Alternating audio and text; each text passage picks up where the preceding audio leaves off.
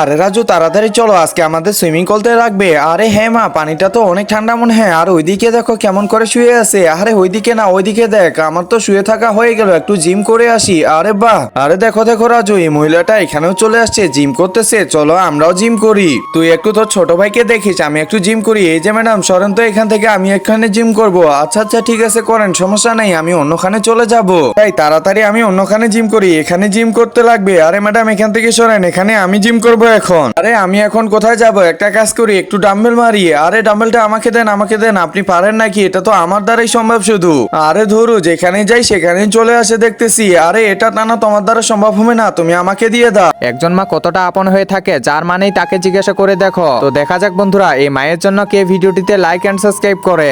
আর যারা মাকে ভালোবাসো না তারা ভিডিওটি থেকে দূরে থাকো।